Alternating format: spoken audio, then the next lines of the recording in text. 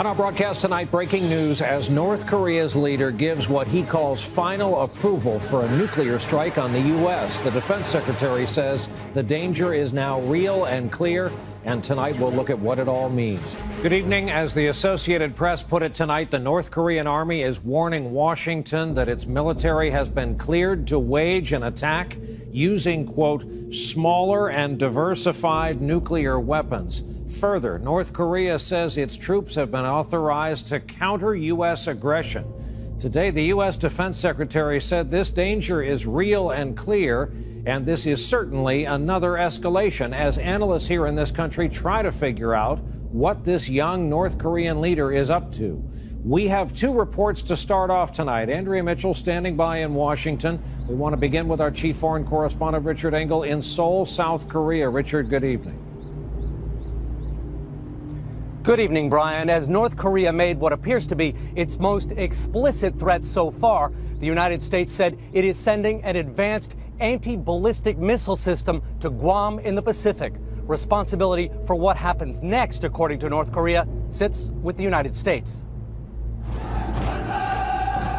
North Korea's military declared today it had, quote, final approval to launch merciless strikes on the United States, including the use of nuclear weapons, possibly within days.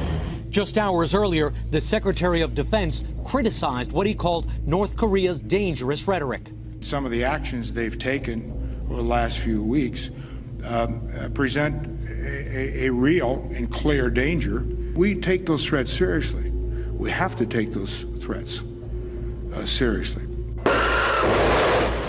But can North Korea make good on its threats? U.S. officials tell NBC News they believe the North can put a nuclear weapon on a missile, that they have missile-deliverable nukes, but not ones that could go more than 1,000 miles and reach the United States or South Asia.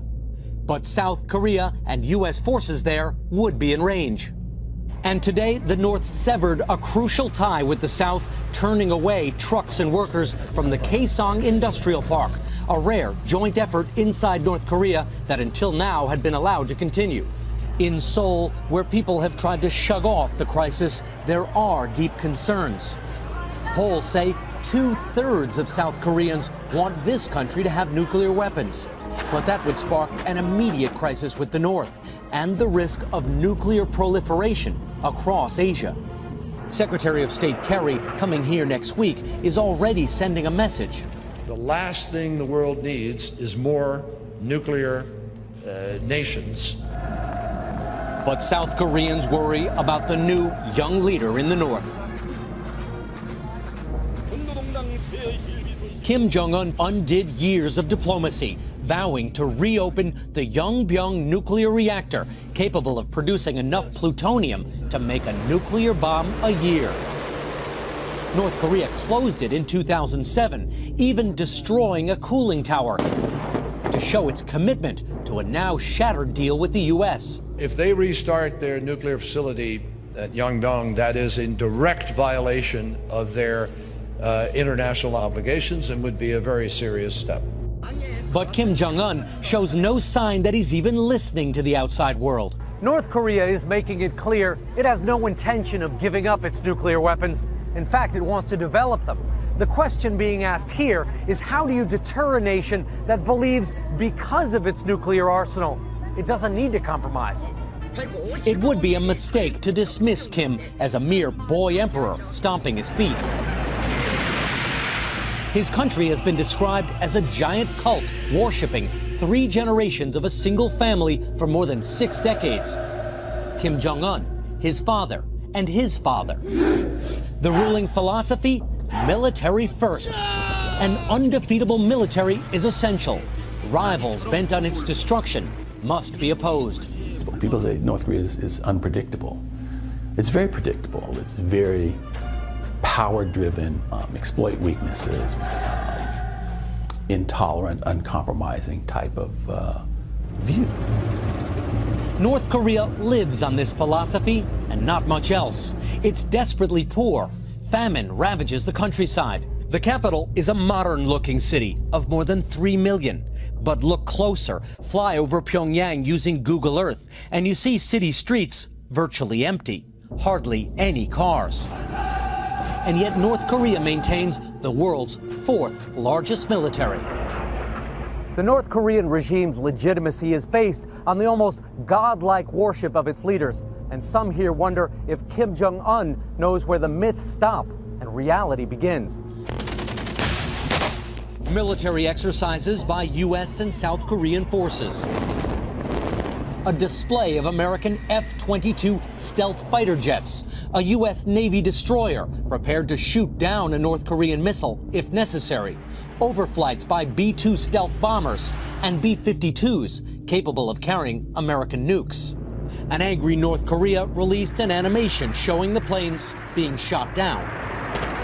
In fact, if you watch North Korean state TV, the country looks like it's at war.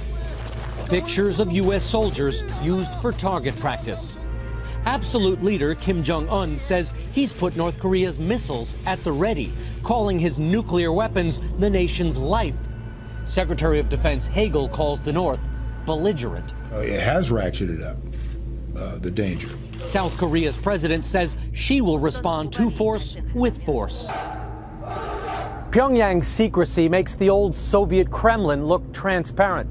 North Korea appears to want to pick a fight, and the U.S. says if it comes to that, it is ready.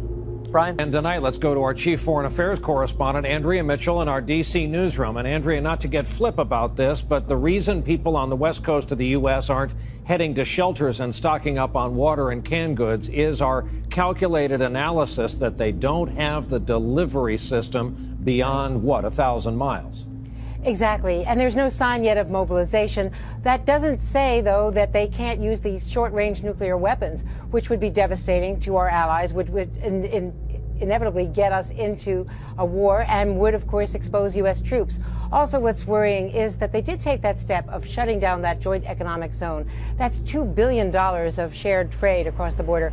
Very important hard currency for the North, much more important to them than to the South.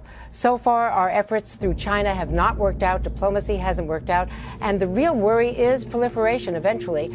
As one South Korean leader, a ruling party leader, said, and this gets to exactly to what Richard was talking about. He said, when the thug in your neighborhood gets a brand new machine gun, we can't defend our home with a stone. If they want nuclear weapons, if the Japanese do, we've got a serious arms race. And you're right, this has to be watched for any conflict that might draw in the U.S. Andrea Mitchell in our D.C. newsroom tonight. Andrea, thanks.